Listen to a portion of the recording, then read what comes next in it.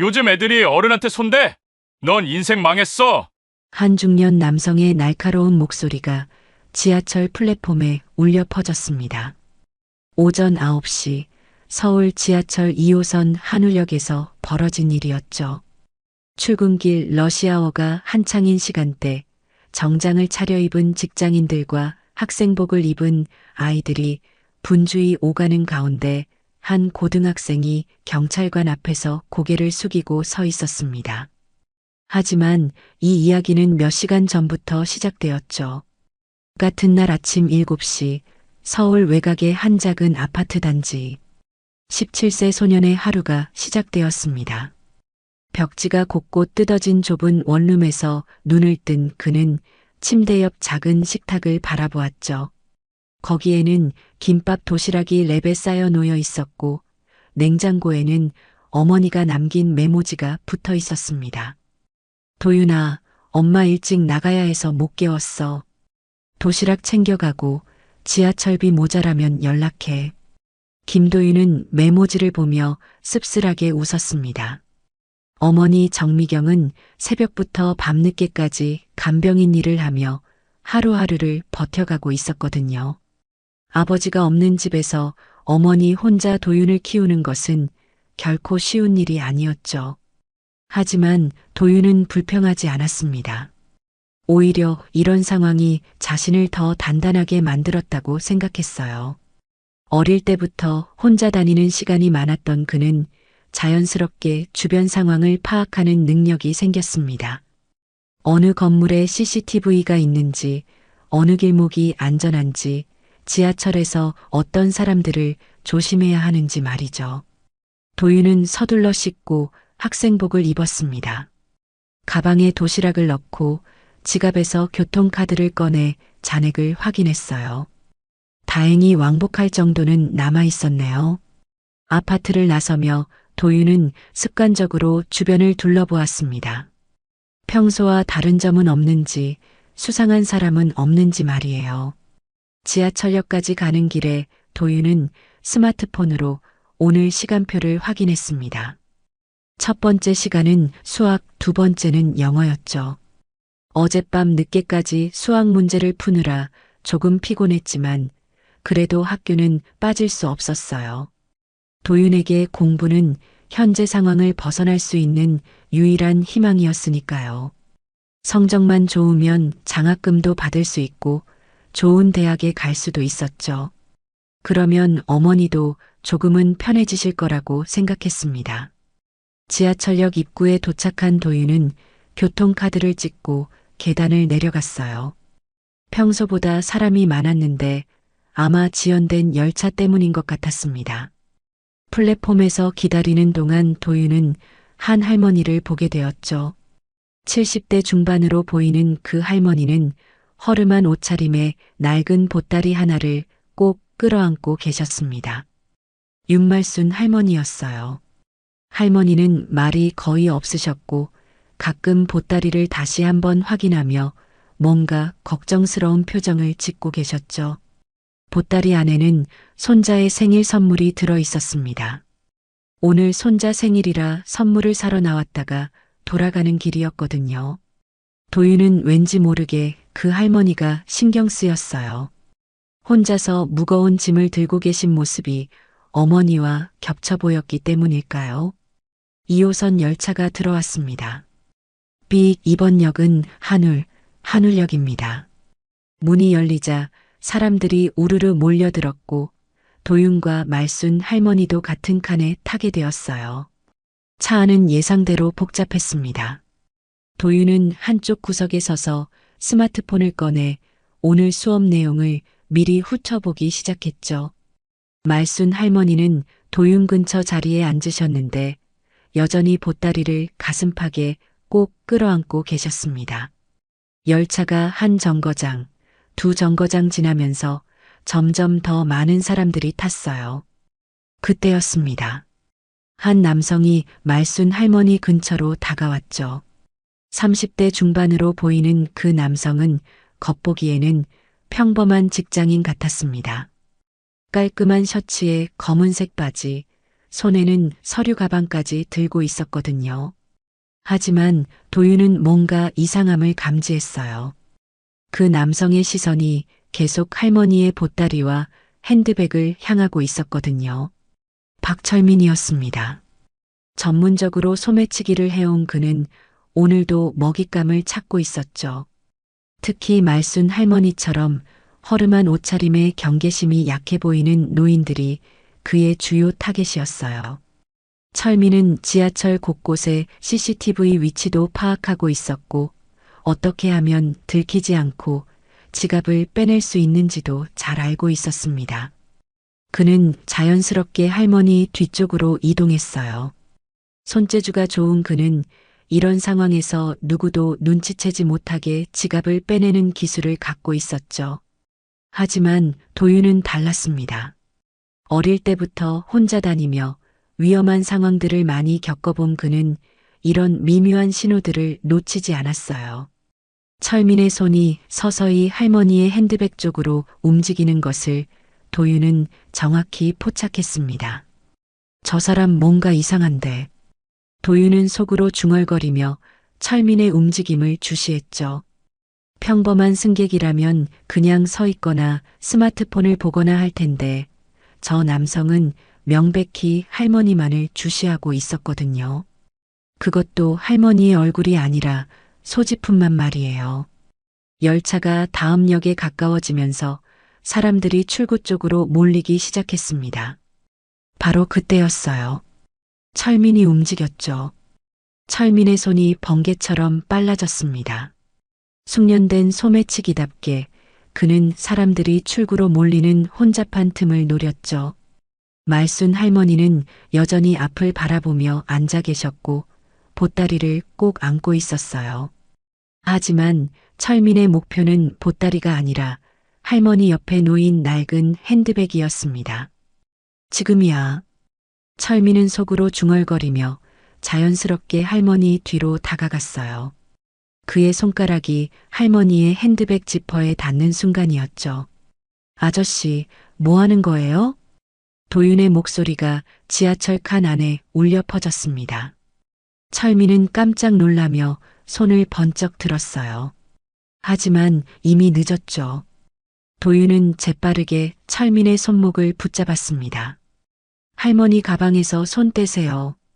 도윤의 외침에 주변 승객들이 하나둘 고개를 돌리기 시작했어요. 말순 할머니도 뒤를 돌아보며 무슨 일인지 알아차렸죠. 어머, 이게 무슨... 할머니는 당황한 표정으로 자신의 핸드백을 확인했습니다. 지퍼가 반쯤 열려 있었고 안에 있던 지갑이 삐죽 나와 있었어요. 철민은 순간 당황했지만 곧 침착함을 되찾았습니다. 그는 이런 상황에 대비한 계획이 있었거든요. 뭐, 이 애가 갑자기 뭐라고 하는 거야? 철민은 억울한 표정을 지으며 큰 소리로 말했어요. 나는 그냥 지나가려고 했는데 이 애가 갑자기 때렸다고. 주변 사람들이 웅성거리기 시작했습니다. 응? 저 학생이 어른을 때렸다고? 요즘 애들이 왜 저래?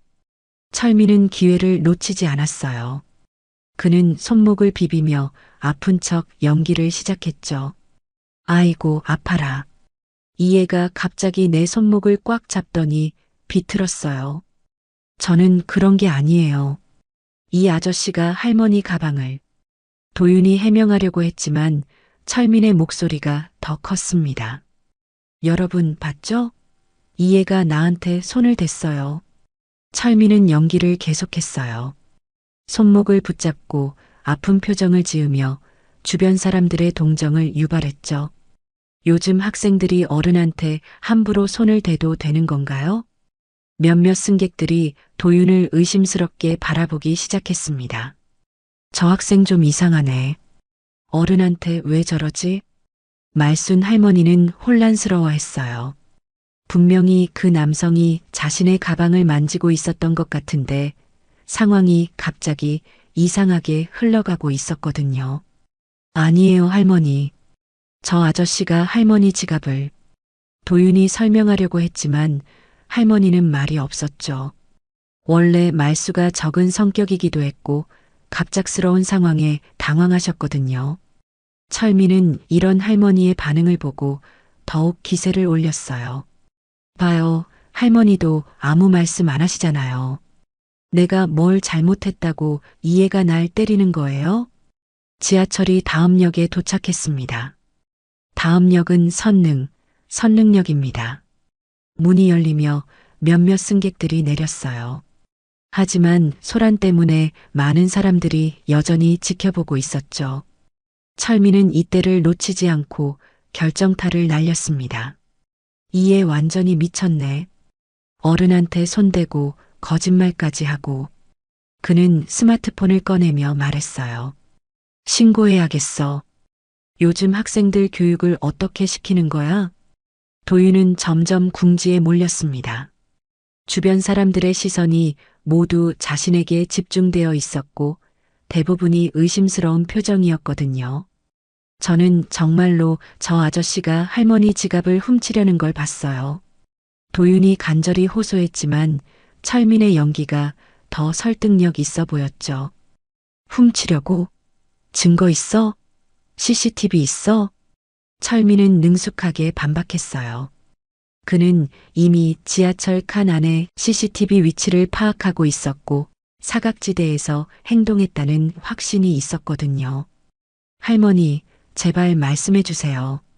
분명히 저 아저씨가 할머니 가방을. 도윤이 말순 할머니를 바라보며 애원했어요. 하지만 할머니는 여전히 말이 없었습니다. 갑작스러운 상황에 놀라셨고 평소 말수가 적은 성격 때문에 어떻게 대답해야 할지 모르겠다는 표정이었죠.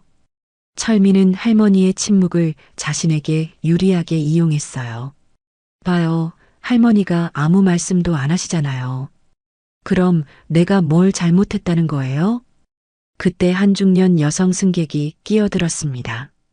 학생, 어른한테 함부로 손 떼면 안 되지. 설마 정말로 때린 건 아니겠지? 아니에요. 저는 그냥 저 아저씨 손목을 잡은 것뿐이에요. 그것도 폭행이야. 남의 몸에 함부로 손 떼면 안 되는 거 몰라? 다른 승객도 거들었어요. 요즘 애들은 버릇이 없어도 너무 없어. 부모가 어떻게 교육시킨 거야? 도윤은 점점 더 위축되었습니다. 모든 사람이 자신을 나쁜 아이로 보고 있었거든요. 철민은 상황이 자신에게 완전히 유리해졌다고 판단했어요. 그는 마지막 한 방을 준비했죠. 여러분, 신고하는 게 맞겠죠? 이에 부모님도 불러서 제대로 교육받게 해야 해요. 철민은 119에 전화를 걸기 시작했습니다. 여보세요, 경찰서예요? 지하철에서 학생이 어른한테 폭행을. 도윤의 얼굴이 창백해졌어요. 경찰서에 신고까지 당하다니 이런 일이 어머니 귀에 들어가면 얼마나 실망하실까요? 그것도 억울하게 말이죠.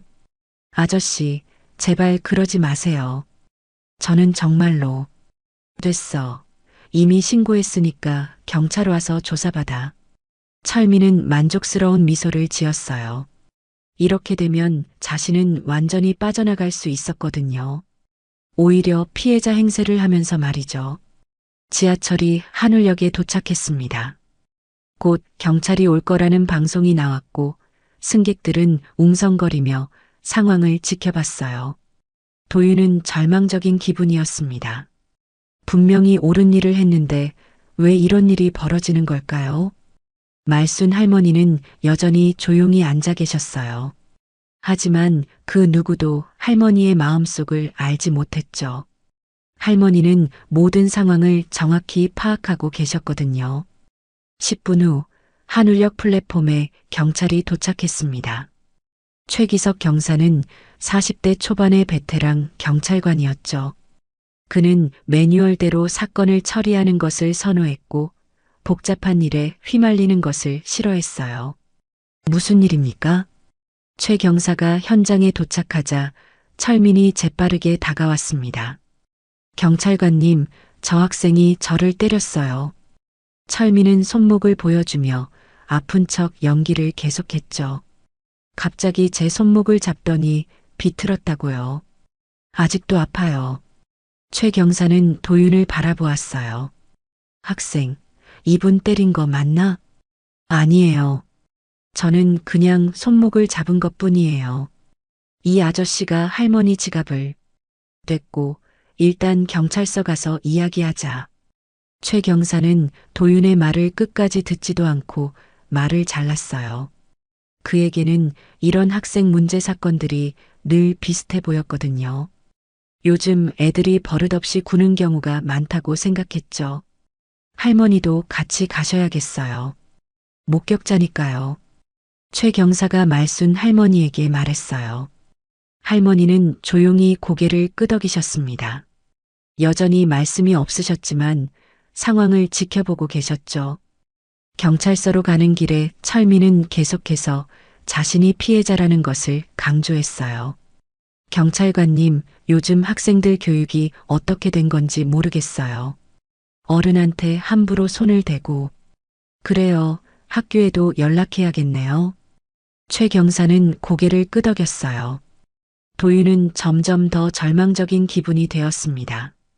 학교에까지 연락이 간다니 이게 학생부에 기록되면 어떻게 되는 걸까요? 대학 입시에도 영향을 미칠 수 있었거든요. 한울경찰서 조사실. 차가운 형광등 불빛 아래서 도윤은 작은 의자에 앉아 있었어요. 맞은편에는 최 경사가 서류를 정리하며 앉아 있었죠. 자, 학생. 이름이 뭐야? 김도윤입니다. 나이는 17살이에요. 최 경사는 기계적으로 질문을 이어갔어요. 학교는? 고등학교요. 부모님 연락처는? 도윤은 잠시 망설였습니다. 어머니가 지금 환자를 돌보고 계실 텐데 이런 전화를 받으시면 얼마나 놀라실까요? 빨리 말해. 10-XXXX-XXXX입니다. 최 경사는 번호를 적어두고 전화를 걸었어요. 여보세요. 김도윤 학생 어머니시죠? 경찰서에서 연락드렸습니다. 전화 너머로 정미경의 당황한 목소리가 들렸어요. 네. 경찰서요? 우리 도윤이가 무슨 일을? 폭행 사건으로 조사받고 있습니다. 지금 하늘경찰서로 오세요. 폭행이라니요? 우리 도윤이가 누굴 때렸다는 거예요? 정미경의 목소리에 절망감이 묻어났어요. 자세한 건 오셔서 이야기하죠. 최 경사는 전화를 끊고 도윤을 바라보았습니다. 어머니 오신다. 그때까지 여기서 기다려. 1시간 후 정미경이 경찰서에 도착했어요. 간병인 유니폼을 입은 채로 급하게 달려온 그녀는 눈물을 글썽이고 있었죠. 도윤아, 무슨 일이야? 엄마, 저는 잘못한 게 없어요. 할머니를 도우려고 했을 뿐이에요. 정미경은 아들의 말을 믿었어요. 17년간 키워온 아들이 어떤 아이인지 누구보다 잘 알고 있었거든요. 도윤은 어릴 때부터 정의감이 강했고 약한 사람을 보면 그냥 지나치지 못하는 성격이었죠. 경찰관님, 저희 아이가 정말로 누군가를 때렸나요? 정미경이 최 경사에게 물었어요. 목격자들 증언으로는 그렇습니다.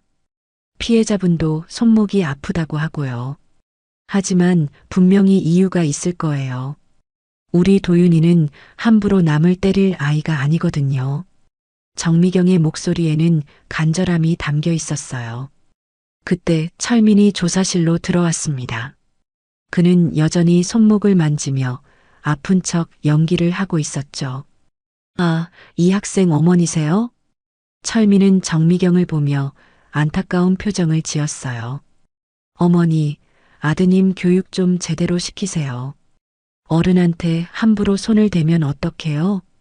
죄송합니다. 하지만 저희 아이가 왜 그랬는지. 왜긴 뭐가 왜예요? 그냥 성질나서 때린 거죠. 철민은 정미경의 말을 가로막았어요. 요즘 애들이 다 그래요. 버릇이 없어도 너무 없어. 정미경은 고개를 숙였습니다. 간병인 일을 하며 하루하루 버티는 자신에게는 경찰서에서 이런 말을 듣는 것이 너무나 큰 상처였어요. 최 경사는 서류를 정리하며 말했습니다. 일단 과잉방어 혐의로 조사하겠습니다. 과잉방어요? 도윤이 놀라며 물었어요. 설령 피해자가 뭔가 잘못했다고 해도 폭력으로 대응하면 안 되는 거야. 최 경사는 매뉴얼대로 설명했죠.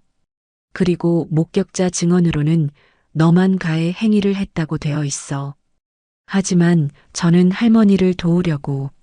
할머니가 뭐라고 하시던가? 최 경사가 물었지만 말순 할머니는 여전히 말이 없으셨어요. 할머니, 제발 말씀해 주세요. 도윤이 간절히 부탁했지만 할머니는 고개만 살짝 숙이셨죠. 철민은 이런 상황을 보며 속으로 쾌재를 불렀어요. 완벽하게 자신의 계획대로 흘러가고 있었거든요. 봐요, 할머니도 아무 말씀 안 하시잖아요. 그럼 제가 뭘 잘못했다는 거예요? 철민은 마지막 한 방을 날렸습니다. 요즘 애들이 어른한테 손 떼는 게 당연한 일인가요?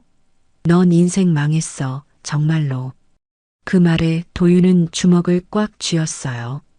억울함과 분노가 치밀어 올랐지만 어떻게 할 수 없었죠. 정미경은 눈물을 참으며 아들의 손을 잡았어요. 도윤아, 괜찮아. 엄마가 있잖아. 하지만 정미경도 어떻게 해야 할지 몰랐습니다. 간병인인 자신에게는 이런 법적 문제를 해결할 능력도 돈도 없었거든요. 최 경사는 시계를 보며 말했어요. 오늘은 늦었으니까 내일 다시 와서 조사받아. 그리고 학교에도 연락할 거야. 학교에는 왜요? 도윤이 절망적인 목소리로 물었어요. 학교 폭력 사안이니까 당연히 알려야지. 철민은 만족스러운 표정으로 경찰서를 나갔어요. 완벽한 승리였죠. 도윤과 정미경은 어둠 속에서 집으로 돌아가는 길이었어요. 어머니는 아무 말 없이 아들의 손을 꽉 잡고 있었죠. 한편 말순 할머니도 조용히 집으로 향하고 있었습니다. 하지만 그 아이 집까지 가는 동안 할머니의 마음속에는 결심이 생기고 있었어요. 집에 도착한 할머니는 거실에 앉아 계시던 남편을 바라보았습니다. 82세의 윤영진, 그는 신문을 보고 있었죠. 영진 씨. 할머니가 조용히 남편을 불렀어요.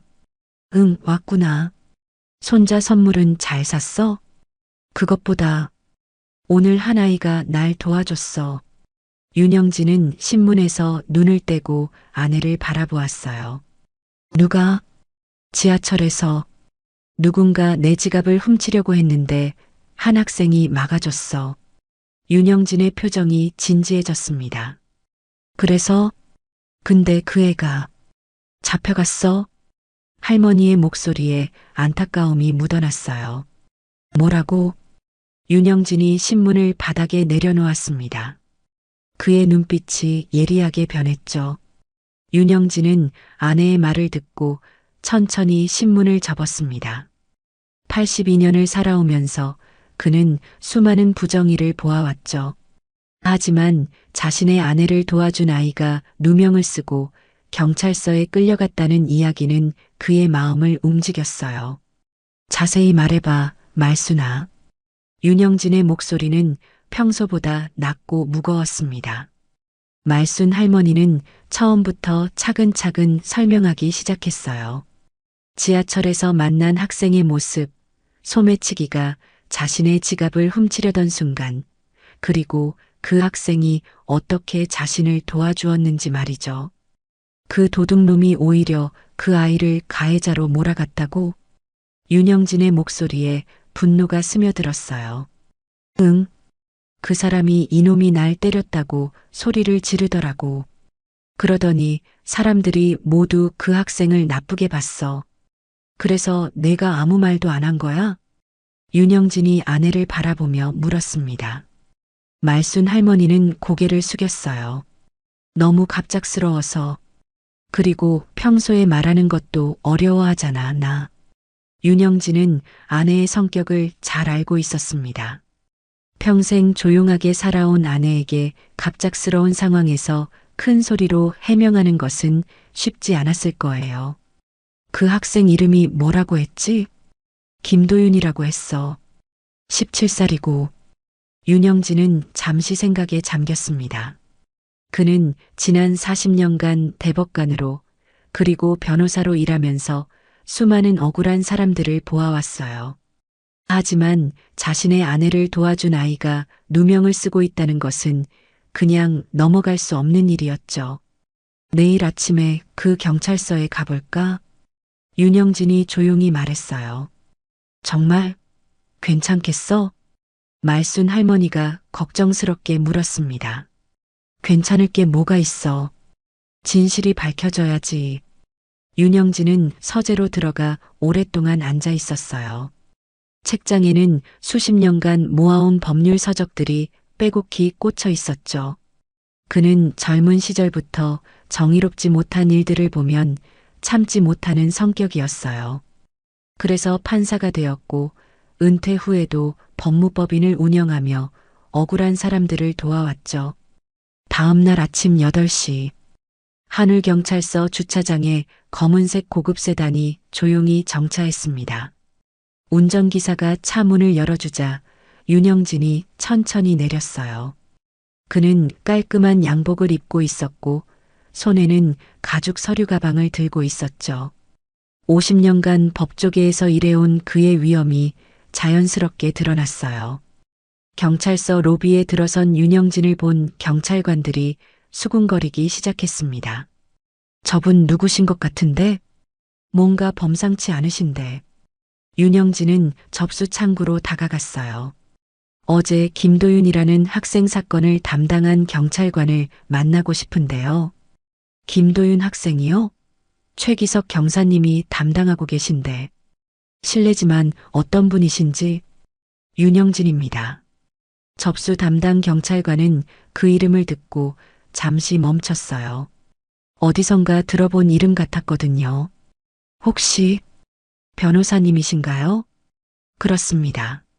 접수 담당자는 재빨리 내부 전화를 걸었어요. 경사님, 윤영진 변호사님이 김도윤 학생 사건으로 오셨는데요. 전화 너머에서 최기석 경사의 당황한 목소리가 들렸습니다. 윤영진 변호사라고요? 설마 그 윤영진 변호사? 네, 그런 것 같은데요. 최기석 경사는 급하게 조사실에서 나왔어요. 그는 윤영진이 누구인지 잘 알고 있었거든요. 전직 대법관이자 현재 서울 최고의 법무법인을 운영하는 거물 변호사였죠. 변호사님, 안녕하십니까? 최 경사는 정중하게 인사했어요. 최기석 경사입니다. 어떻게 오시게 됐는지. 김도윤 학생 사건 때문에 왔습니다. 윤영진의 목소리는 차분했지만 무게가 있었어요. 혹시 그 학생과 어떤 관계가 계신지 여쭤봐도 될까요? 제가 직접 목격한 사건입니다. 윤영진이 간단히 대답했어요.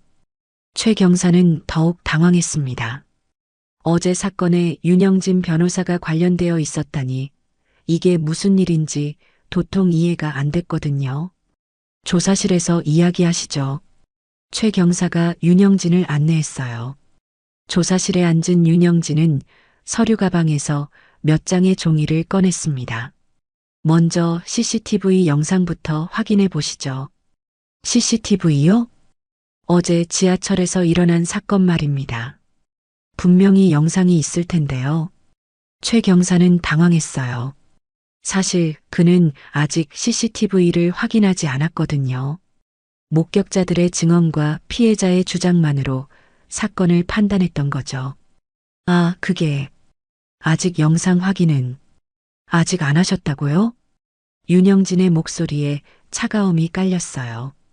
폭행 사건에서 CCTV 확인은 기본 아닙니까? 최 경사는 식은땀이 흘렀습니다. 윤영진 변호사 앞에서 이런 실수를 드러내다니 이건 정말 큰일이었죠. 지금 즉시 확인해 보겠습니다.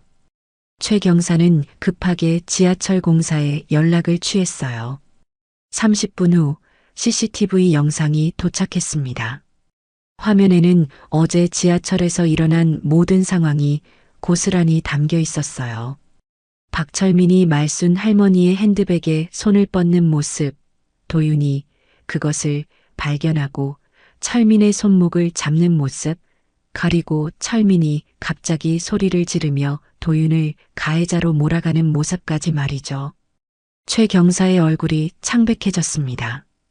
영상은 명백했어요. 박철민이 소매치기를 시도했고 김도윤은 그것을 막으려고 한 것뿐이었죠.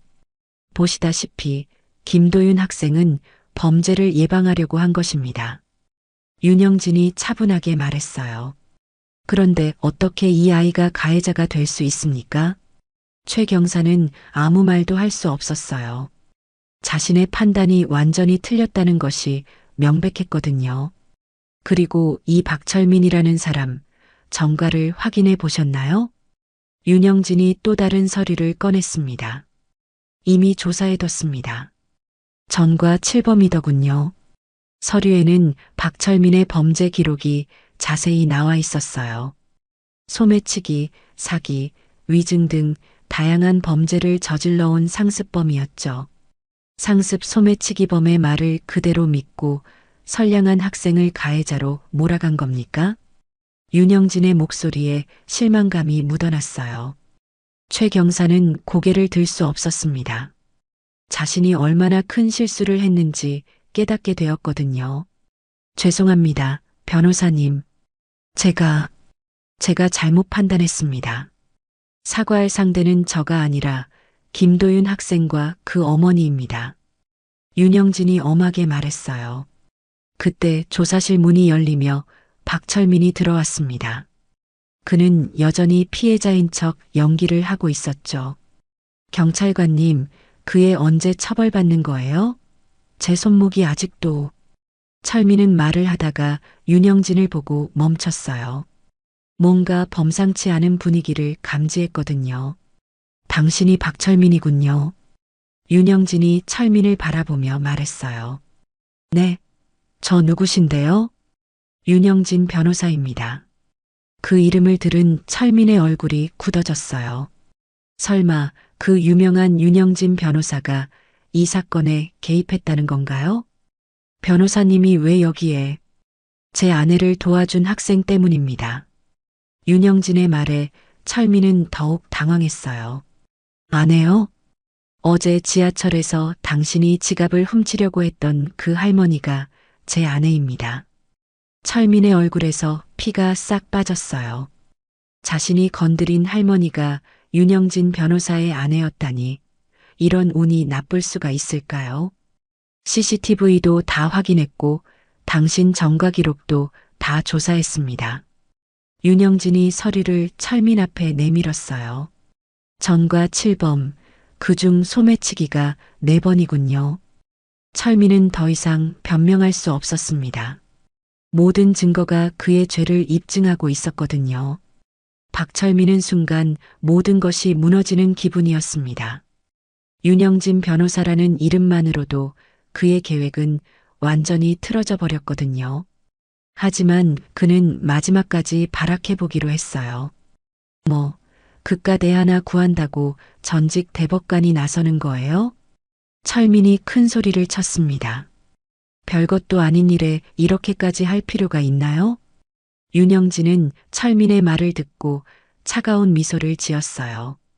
그는 수십 년간 법정에서 이런 뻔뻔한 범죄자들을 많이 보아왔거든요. 별것도 아닌 일이라고요? 윤영진이 천천히 일어서며 말했습니다. 소매치기, 미수, 무고, 위증. 이게 별것 아닌 일입니까? 그는 서류 가방에서 또 다른 서류를 꺼냈어요. 박철민, 나이 38. 전과 7범.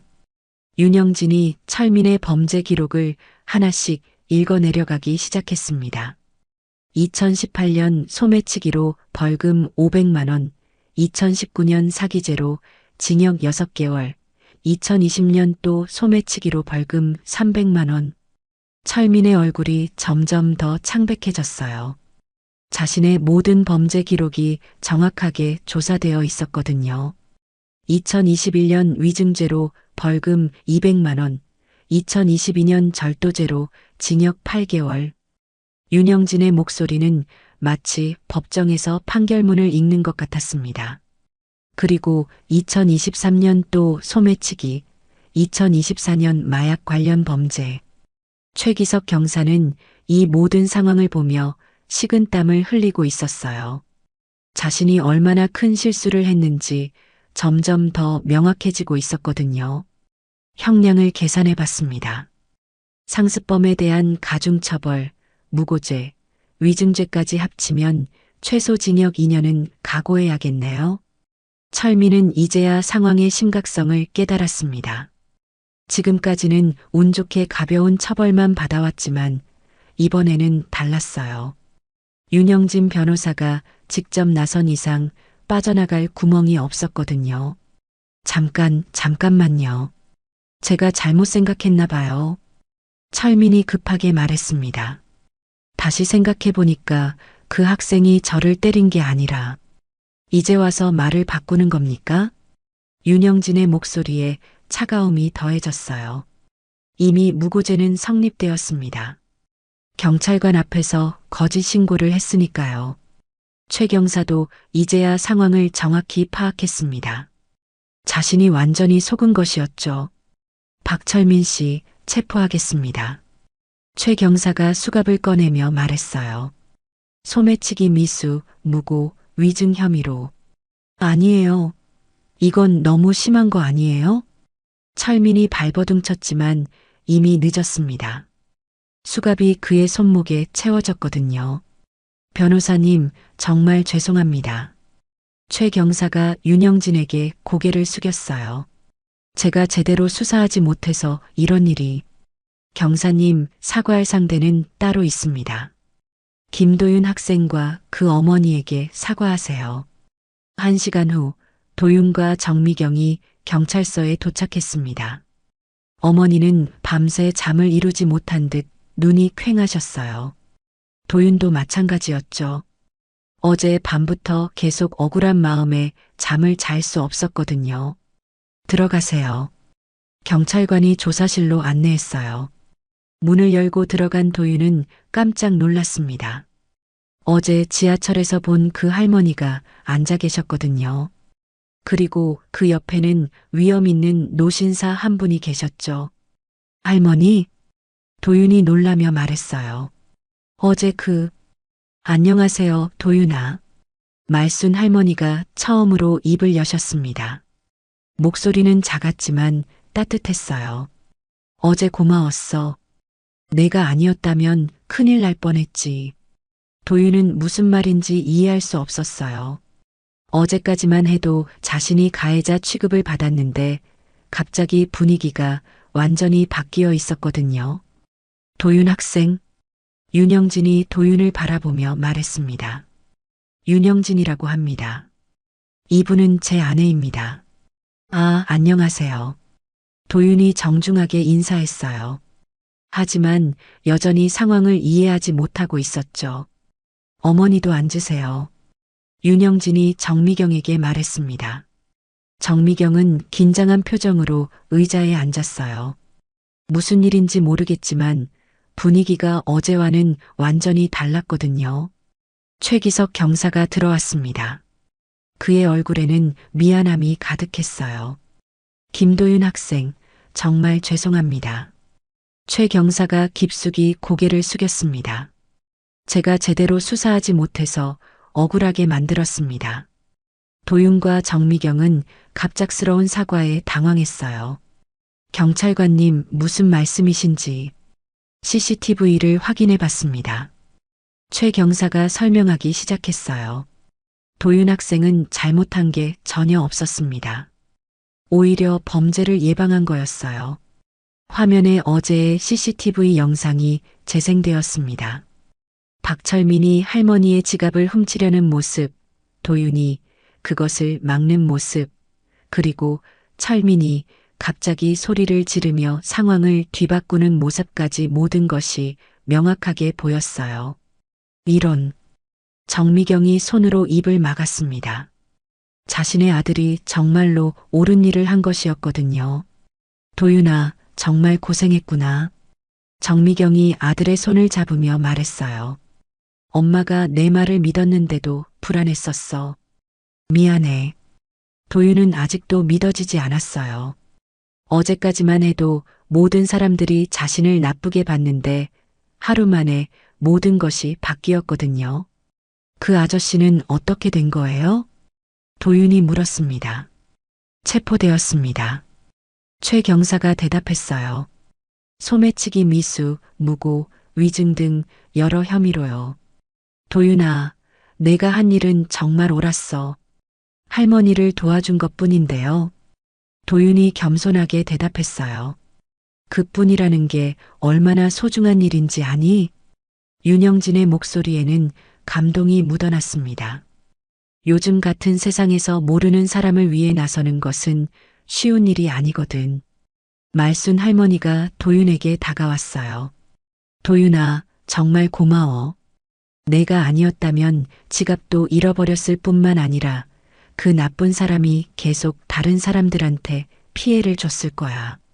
할머니는 가방에서 뭔가를 꺼냈습니다. 손자 생일 선물로 산 작은 선물 상자였어요. 이건 우리 손자 줄 선물인데 내가 먼저 받았으면 좋겠어.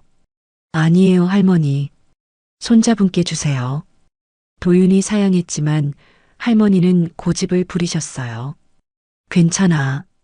손자한테는 다른 걸 사주면 되니까. 윤영진은 이 모든 상황을 지켜보며 마음속으로 결심하고 있었습니다. 이런 훌륭한 아이를 그냥 보내서는 안 된다고 생각했거든요. 도윤아, 나하고 잠깐 이야기 좀 할까? 윤영진이 도윤을 조용한 곳으로 데려갔어요. 네, 할아버지. 나는 변호사야. 그리고 너 같은 아이를 보면 마음이 흐뭇해져. 어떤 일이 있어도 옳은 일을 하는 사람, 그런 사람이 세상에는 필요해. 도윤은 윤영진의 말을 조용히 들었어요. 내가 앞으로 어떤 꿈을 갖고 있는지 모르겠지만 만약 도움이 필요하다면 언제든지 연락해. 윤영진이 명함을 건네며 말했습니다. 우리 법무법인에서 장학금도 지원하고 있거든. 내 같은 아이라면 언제든지 환영이야. 도윤은 명함을 받으며 눈물이 글썽였어요. 어제까지만 해도 절망적이었는데 오늘은 이런 큰 기회가 생겼거든요. 정말 감사합니다. 고마워할 일이 뭐가 있어. 내가 우리 할머니를 도와줬는걸. 윤영진이 따뜻하게 웃으며 말했어요. 그리고 도윤아, 세상에는 나쁜 사람들도 있지만 너처럼 좋은 사람들도 많아. 절대 포기하지 마. 경찰서에서 나온 도윤과 정미경은 아직도 꿈을 꾸는 것 같았습니다. 어제까지만 해도 절망적이었던 상황이 하루 만에 완전히 뒤바뀌었거든요. 도윤아, 정말 다행이다. 정미경이 아들의 손을 꽉 잡으며 말했어요. 엄마가 내 말을 믿긴 했지만 그래도 마음 한구석에서는 불안했었어. 엄마, 저는 괜찮았어요. 도윤이 어머니를 위로하며 말했습니다. 하지만 사실 그도 마음 깊은 곳에서는 두려웠었어요. 만약 진실이 밝혀지지 않았다면 어떻게 됐을까 하는 생각 말이죠. 그런데 그 할아버지가 주신 명함. 정미경이 도윤이 받은 명함을 바라보며 말했어요. 윤영진 변호사라고 하셨지? 네, 그런데 왜요? 그분 정말 유명한 분이야. 정미경의 목소리에 놀라움이 묻어났습니다. 텔레비전에서도 가끔 나오시는 분이거든. 우리나라에서 가장 유명한 변호사 중 한 분이야. 도윤은 깜짝 놀랐어요. 그저 친절한 할아버지라고 생각했는데 그렇게 대단한 분이었다니 말이죠. 그런 분이 우리 도윤이를 도와주시다니. 정미경의 눈에 눈물이 글썽였어요. 가난한 간병인의 아들에게는 꿈도 꾸지 못할 기회였거든요. 엄마, 저 정말 열심히 할게요. 도윤이 결심에 찬 목소리로 말했습니다. 이런 기회를 주신 거니까 절대 실망시켜드리지 않을게요. 그날 저녁 윤영진의 집. 윤영진은 서재에서 도윤에 대해 생각하고 있었어요.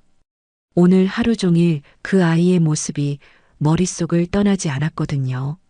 어려운 상황에서도 옳은 일을 하려는 용기, 억울한 누명을 써도 굴복하지 않는 의연함, 그리고 무엇보다 타인을 위해 나서는 정의감까지. 참 훌륭한 아이야. 윤영진이 혼잣말을 했어요. 그는 젊은 시절 자신의 모습을 도윤에게서 보았거든요. 가난한 집안 출신이었지만 정의감 하나로 판사의 길을 걸었던 자신 말이죠. 여보, 뭘 그렇게 생각해? 말순 할머니가 서재로 들어오며 물었어요. 그 아이 말이야. 도윤이. 아, 그 학생? 응. 정말 기특한 아이더라고. 윤영진이 아내를 바라보며 말했습니다. 요즘 같은 세상에서 저런 아이를 보기가 쉽지 않아. 말순 할머니도 고개를 끄덕였어요. 그래, 나도 그 생각을 했어. 다른 사람들은 모두 외면했는데 그 아이만 날 도와줬잖아. 장학재단에서 지원해주면 어떨까? 윤영진이 제안했어요. 그 아이 어머니가 간병인이라고 하니까 형편이 어려울 거야. 좋은 생각이야. 그런 아이야말로 도움을 받을 자격이 있지. 말순 할머니가 동의했습니다. 한편 작은 원룸에서 도윤은 책상에 앉아 공부하고 있었어요. 오늘 있었던 일들이 아직도 믿어지지 않았지만 그래도 해야 할 일은 해야 했거든요. 도윤아, 너무 늦게까지 하지 마. 정미경이 간병일을 마치고 돌아오며 말했어요. 오늘 하루 종일 힘들었을 텐데. 괜찮아요, 엄마. 오히려 기분이 좋아서 더 집중이 잘 돼요. 도윤이 웃으며 대답했습니다. 그런 훌륭한 분이 저를 도와주신다고 하니까 더 열심히 해야겠어요. 정미경은 아들의 모습을 보며 뿌듯함을 느꼈어요. 어려운 상황에서도 굴복하지 않고 더 단단해지는 아들이 자랑스러웠거든요. 다음 날 학교. 도윤이 교실에 들어서자 친구들이 웅성거리기 시작했어요. 야, 도윤아. 어제 경찰서 갔다며? 무슨 일이었어? 도윤은 간단하게 상황을 설명했습니다. 하지만 자세한 내용은 말하지 않았어요. 특히 윤영진 변호사에 대한 이야기는 아직 확실하지 않으니까 말하지 않기로 했거든요. 와, 너 정말 용감하다. 나였으면 그냥 모른 척 했을 텐데. 친구들의 반응은 생각보다 좋았어요. 도윤이 옳은 일을 했다는 것을 모두가 인정했거든요. 수업 시간에도 도윤은 평소보다 더 집중했습니다. 윤영진 변호사의 말이 계속 머릿속에 맴돌았거든요. 어떤 일이 있어도 옳은 일을 하는 사람, 그런 사람이 세상에는 필요해. 그 말이 도윤에게는 큰 동기가 되었어요. 점심시간에 도윤은 혼자 운동장을 걸으며 생각에 잠겼습니다. 앞으로 어떤 길을 걸어야 할까? 어떻게 하면 윤영진 변호사 같은 사람이 될 수 있을까? 그때 담임 선생님이 도윤을 찾아왔어요. 도윤아, 너 어제 무슨 일 있었다며? 아, 선생님. 별일 아니에요. 도윤이 겸손하게 대답했습니다. 별일이 아니긴. 경찰서에서 연락 왔었는데 내가 아주 훌륭한 일을 했다고 하더라. 담임 선생님의 말에 도윤은 놀랐어요. 경찰서에서 학교에까지 연락을 했다는 건가요? 최기석 경사라는 분이 전화하셨어. 내가 노인분을 도와드린 일 때문에 칭찬하시더라고. 담임 선생님이 웃으며 말했습니다. 우리 반에 이런 학생이 있다는 게 자랑스럽다. 도윤은 부끄러워하며 고개를 숙였어요. 하지만 마음속으로는 뿌듯함을 느꼈죠. 그날 오후 도윤의 휴대폰이 울렸습니다. 모르는 번호였어요. 여보세요? 도윤이니? 나 윤영진이야. 윤영진 변호사의 목소리였습니다. 도윤은 깜짝 놀라며 자세를 바로 했어요. 아, 안녕하세요, 할아버지. 시간 있으면 우리 사무실에 한번 와볼래? 할머니도 보고 싶어 하시고. 정말요? 네, 언제든지 괜찮아요. 그럼 내일 토요일 오후에 올래? 주소는 문자로 보내줄게. 전화를 끄는 도윤은 가슴이 두근거렸어요. 윤영진 변호사의 사무실이라니 어떤 곳일까요? 그날 밤 도윤은 잠이 오지 않았습니다. 내일이 기대되기도 하고 긴장되기도 했거든요. 하지만 무엇보다 감사한 마음이 컸어요. 이런 기회를 주신 분들에게 실망을 드리지 않으려면 더욱 열심히 해야겠다고 다짐했죠. 어머니 정미경도 아들의 기회를 진심으로 기뻐했습니다. 도윤아, 정말 잘 됐다. 내가 옳은 일을 해서 이런 좋은 인연을 만난 거야. 네, 엄마. 저 정말 열심히 할게요. 그래, 우리 도윤이가 최고야. 정미경이 아들의 머리를 쓰다듬으며 말했어요. 토요일이 빨리 오기를 바라는 마음으로 도윤은 그날 밤을 보냈습니다. 토요일 오후 2시 강남 한복판의 고층 빌딩. 도윤은 엘리베이터 앞에서 긴장한 채로 서 있었습니다. 법무법인 정혜라고 적힌 안내판을 보니 더욱 떨렸어요. 25층 건물의 최상층에 있다는 윤영진 변호사의 사무실. 과연 어떤 곳일까요? 띵동. 엘리베이터가 도착했습니다. 도윤은 심호흡을 하고 25층 버튼을 눌렀어요. 올라가는 동안 그는 계속 옷매무새를 다듬었죠. 어머니가 아껴두셨던 정장을 입고 왔지만 여전히 초라해 보이는 것 같았거든요. 문이 열리자 화려한 로비가 나타났습니다. 대리석 바닥에 고급스러운 소파들, 그리고 벽면에는 수많은 상장과 감사패들이 걸려 있었어요. 어서 오세요. 도윤 학생이시죠? 리셉션 데스크에 앉아있던 직원이 친절하게 인사했습니다. 네, 안녕하세요. 도윤이 어색하게 대답했어요. 이런 고급스러운 곳에 와본 적이 없어서 어떻게 행동해야 할지 몰랐거든요. 변호사님께서 기다리고 계세요. 안내해 드릴게요.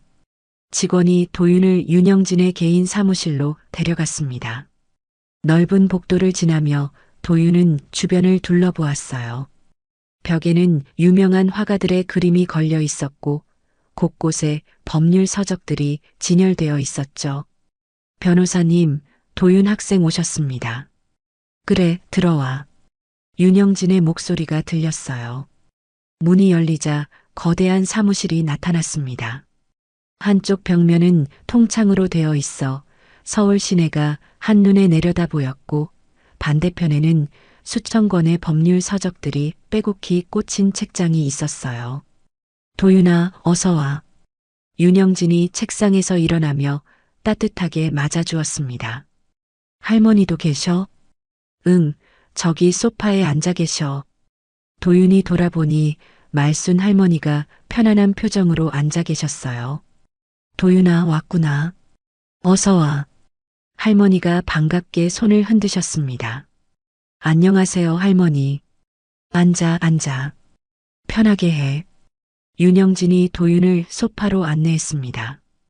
곧 직원이 차와 과자를 가져왔어요. 긴장하지 마, 도윤아. 우리는 그냥 내가 고마워서 초대한 거야. 윤영진이 도윤의 긴장을 풀어주려고 말했습니다. 네, 감사합니다. 도윤이 작은 목소리로 대답했어요. 그런데 여기 정말 멋있어요. 이런 곳에서 일하시는군요. 이런 곳이 좋아 보이니? 윤영진이 웃으며 물었어요. 네, 정말 대단해요. 책도 엄청 많고. 도윤의 눈이 책장을 바라보며 반짝였습니다. 저 책들 다 읽으셨어요? 대부분은 읽었지. 50년 동안 모은 거니까. 윤영진이 자랑스럽게 말했어요. 법률 공부하려면 책을 많이 읽어야 해. 판례도 알아야 하고 법조문도 외워야 하고. 도윤은 진지한 표정으로 들었습니다. 어려우시겠어요. 어렵긴 하지. 하지만 보람도 있어. 윤영진이 창밖을 바라보며 말했습니다. 억울한 사람을 도와줄 수 있으니까. 내가 그날 한 일처럼 말이야. 말순 할머니가 덧붙였어요. 도윤아, 내가 나를 도와준 것처럼 변호사도 어려움에 처한 사람들을 도와주는 일이야. 도윤은 그 말을 듣고 마음이 뜨거워졌어요. 자신도 언젠가 이런 일을 할 수 있을까요? 도윤아, 혹시 장래 희망이 있니? 윤영진이 물었습니다. 아직 확실하지는 않아요. 하지만 사람들을 도와주는 일을 하고 싶어요. 그래, 어떤 식으로? 잘 모르겠지만 할아버지처럼 정의로운 일을 하고 싶어요. 도윤의 대답에 윤영진은 깊이 감동했습니다. 이런 순수한 마음을 가진 아이를 보는 것이 얼마나 오랜만인지 모르겠어요. 도윤아, 혹시 우리 장학재단에서 지원받을 생각 있니? 윤영진이 본격적으로 제안했습니다. 장학재단이요? 응, 우리가 운영하는 거야. 형편이 어렵지만 훌륭한 학생들을 도와주는. 도윤의 눈이 커졌어요. 정말 괜찮을까요? 물론이지. 내 같은 아이를 위해 만든 거야. 윤영진이 서류 몇 장을 꺼냈습니다.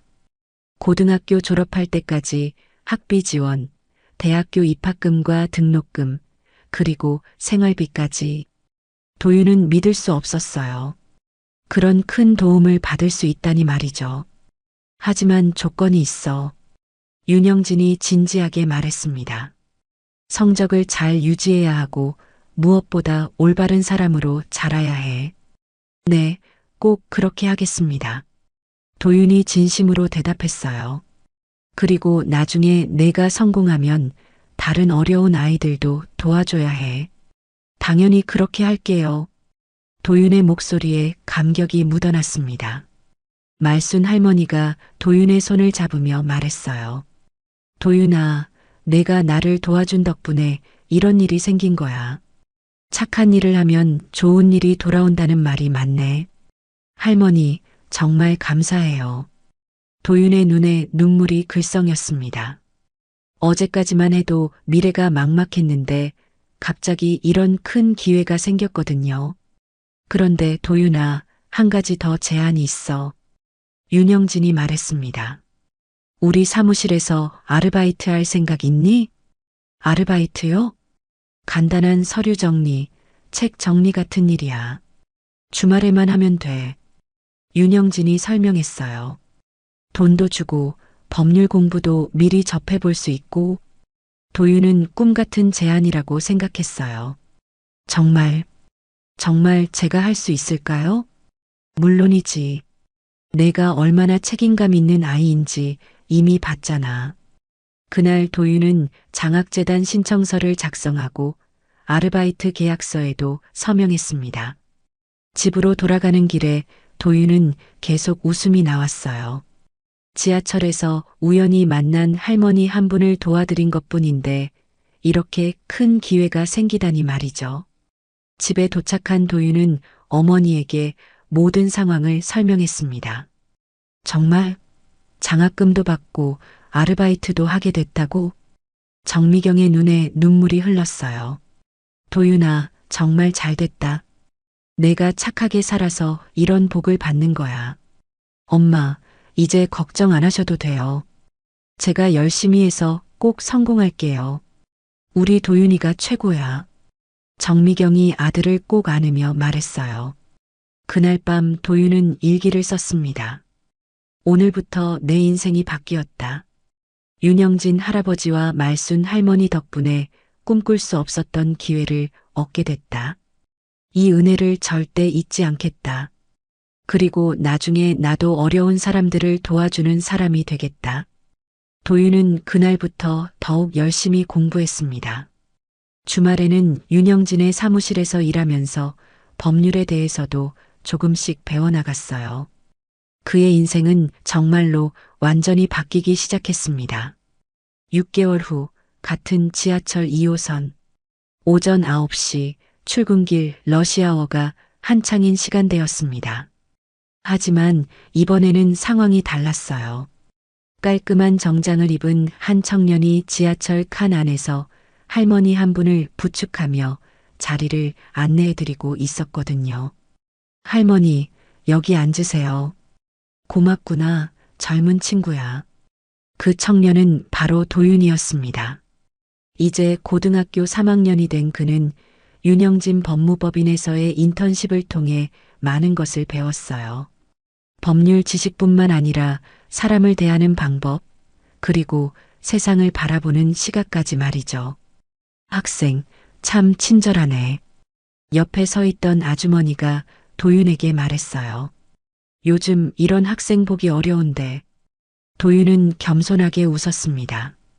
당연한 일인걸요.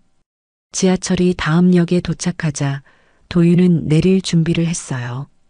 오늘은 토요일이라 윤영진의 사무실에 가는 날이었거든요. 할머니, 안녕히 가세요. 그래, 고마웠어. 지하철에서 내린 도윤은 익숙한 걸음으로 법무법인 빌딩으로 향했습니다. 이제는 이곳이 제2의 집처럼 편안했어요. 엘리베이터를 타고 25층에 도착한 도윤을 직원들이 반갑게 맞아주었습니다. 도윤아, 왔구나. 안녕하세요, 김 변호사님. 김 변호사는 윤영진 밑에서 일하는 젊은 변호사 중 한 명이었죠. 오늘 할아버지 기분이 아주 좋으시더라. 내가 입시 결과 받았다고 하니까. 아, 네. 어제 발표 났어요. 도윤이 수줍게 웃었습니다. 서울대학교 법과대학 합격. 그것도 수석으로 말이에요. 윤영진의 사무실 문을 두드린 도윤이 들어가자 할아버지와 할머니가 모두 웃는 얼굴로 기다리고 계셨습니다. 우리 도윤이 축하한다. 윤영진이 일어나서 도윤을 껴안았어요. 서울대 법대 수석 합격이라니 정말 자랑스럽구나. 할아버지 덕분이에요. 도윤이 진심으로 말했습니다. 무슨 소리야? 내가 열심히 한 거지. 말순 할머니도 도윤의 손을 잡으며 말했어요. 도윤아, 정말 기특해. 처음 만났을 때만 해도 그냥 착한 학생인 줄 알았는데 이렇게 훌륭하게 잘할 줄이야. 도윤은 지난 6개월을 돌이켜보았습니다. 윤영진 법무법인에서 일하면서 그는 정말 많은 것을 배웠어요. 법률 서적을 정리하면서 자연스럽게 법 조문들을 익혔고 변호사들의 상담을 곁에서 지켜보면서 실무 감각도 기를 수 있었죠.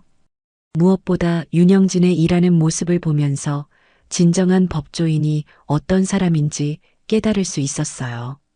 도윤아, 이제 대학 가면 더 바빠질 텐데. 하지만 우리 약속 기억하지? 네, 물론이요. 도윤이 고개를 끄덕였어요. 그들의 약속은 간단했습니다. 도윤이 성공한 후에는 자신처럼 어려운 환경의 아이들을 도와주겠다는 것이었죠. 그런데 할아버지, 한 가지 말씀드리고 싶은 게 있어요. 도윤이 진지한 표정으로 말했습니다. 뭔데? 저 나중에 검사가 되고 싶어요. 윤영진의 눈이 반짝였습니다. 검사? 네. 변호사도 좋지만 검사가 되어서 나쁜 사람들을 처벌하고 억울한 사람들을 도와주고 싶어요. 도윤의 말에 윤영진은 깊이 감동했어요. 여전히 그 아이는 정의감이 넘치는구나 하고 생각했거든요. 좋은 생각이야. 검사도 정말 중요한 일이지. 그날 지하철에서 일어난 일 때문이에요. 도윤이 설명했습니다. 나쁜 사람이 거짓말로 선량한 사람을 해치려고 할 때 진실을 밝혀내는 사람이 필요하다는 걸 느꼈거든요. 말순 할머니가 도윤의 손을 꽉 잡았어요. 도윤아, 내가 그런 마음을 갖고 있다니 정말 기특해. 저도 할아버지처럼 정의로운 사람이 되고 싶어요. 그때 사무실 문이 열리며 김 변호사가 들어왔습니다. 변호사님, 죄송합니다. 급한 전화가 와서요. 무슨 일인데? 최기석 경사님에게서 연락 왔는데 도윤 학생 소식을 듣고 축하 인사를 전하고 싶다고 하시네요. 그때 그 경사님이 아직도 자신을 기억하고 계시다니 말이죠. 그분도 지금은 경위로 승진하셨다고 하네요. 김 변호사가 덧붙였습니다. 그리고 도윤 학생 이야기를 경찰서에서 신입교육 때 항상 사례로 든다고 하시더라고요. 정말요? 네. 선입견 없이 사건을 바라보고 증거를 꼼꼼히 확인해야 한다는 교훈으로 말이에요. 도윤은 뿌듯한 기분이었습니다. 자신의 경험이 다른 사람들에게도 도움이 되고 있다니 말이죠. 오후 시간, 도윤은 윤영진과 함께 사무실 창가에 서서 서울 시내를 내려다보고 있었어요. 도윤아, 이제 정말 새로운 시작이구나. 윤영진이 감회 깊은 목소리로 말했습니다. 할아버지, 정말 감사해요. 할아버지 아니었으면 지금의 저는 없었을 거예요. 아니야, 도윤아. 내가 그날 용기를 내지 않았다면 아무 일도 일어나지 않았을 거야. 윤영진이 도윤의 어깨에 손을 올렸어요. 작은 용기가 내 인생을 바꾼 거지. 그 용기를 잃지 않겠어요. 도윤이 결연하게 말했습니다. 앞으로도 계속 옳은 일을 하는 사람이 될게요. 그래, 그런 내가 정말 자랑스럽다. 해가 지기 시작하자 도윤은 집으로 돌아갈 준비를 했어요. 어머니가 저녁을 준비하고 기다리고 계실 테니까요. 할아버지, 할머니, 그럼 저 이만 가볼게요. 그래, 조심히 가거라. 도윤아, 대학 가서도 자주 와야 해. 말순 할머니가 당부하셨어요. 네, 꼭 그럴게요. 지하철로 향하는 길에 도윤은 지난 6개월을 돌이켜 보았습니다. 그날 지하철에서의 작은 용기가 정말로 자신의 인생을 완전히 바꿔놓았어요. 가난한 간병인의 아들에서 서울대 법대생이 되었고 훌륭한 멘토들을 만나 꿈과 희망을 얻게 되었죠. 지하철에 올라탄 도윤은 창밖을 바라보며 생각했습니다. 앞으로도 계속 이런 마음으로 살아가자. 어려운 사람을 보면 외면하지 말고 옳은 일이라고 생각하면 용기를 내자. 집에 도착한 도윤을 어머니 정미경이 환한 웃음으로 맞아주었어요. 우리 아들, 오늘도 고생했어. 엄마, 저 정말 행복해요. 도윤이 어머니를 안으며 말했습니다. 이 모든 게 꿈만 같아요.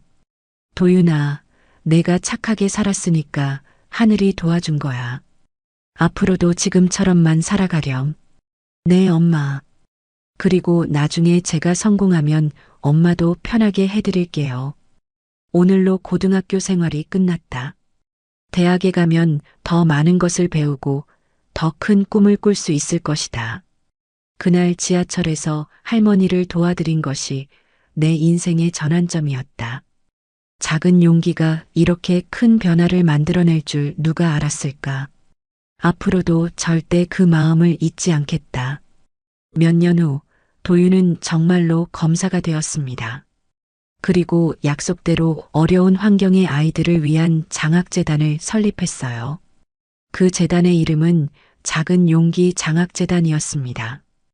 윤영진과 말순 할머니는 도윤의 성공을 보며 뿌듯해했어요. 그날 지하철에서 만난 한 아이가 이렇게 훌륭한 사람이 되었다니 말이죠. 그리고 도윤은 평생 그 교훈을 잊지 않았습니다. 작은 용기가 한 사람의 인생을 그리고 세상을 바꿀 수 있다는 것을, 어떤 상황에서도 옳은 일을 하는 용기를 잃지 않는다면 반드시 좋은 일이 돌아온다는 것을. 지하철은 오늘도 수많은 사람들을 실어 나르고 있습니다. 그 안에서 또 다른 작은 용기들이 새로운 이야기를 만들어가면서 말이에요. 작은 용기가 한 사람의 인생을 바꿉니다. 이것이 도윤이 평생 간직한 신념이었고 그가 후배들에게 항상 전하는 메시지였어요. 때로는 옳은 일을 하는 것이 어려울 수 있습니다. 하지만 그 작은 용기가 자신뿐만 아니라 다른 사람의 인생까지 바꿀 수 있다는 것을 기억해야 해요. 도윤처럼 말이죠.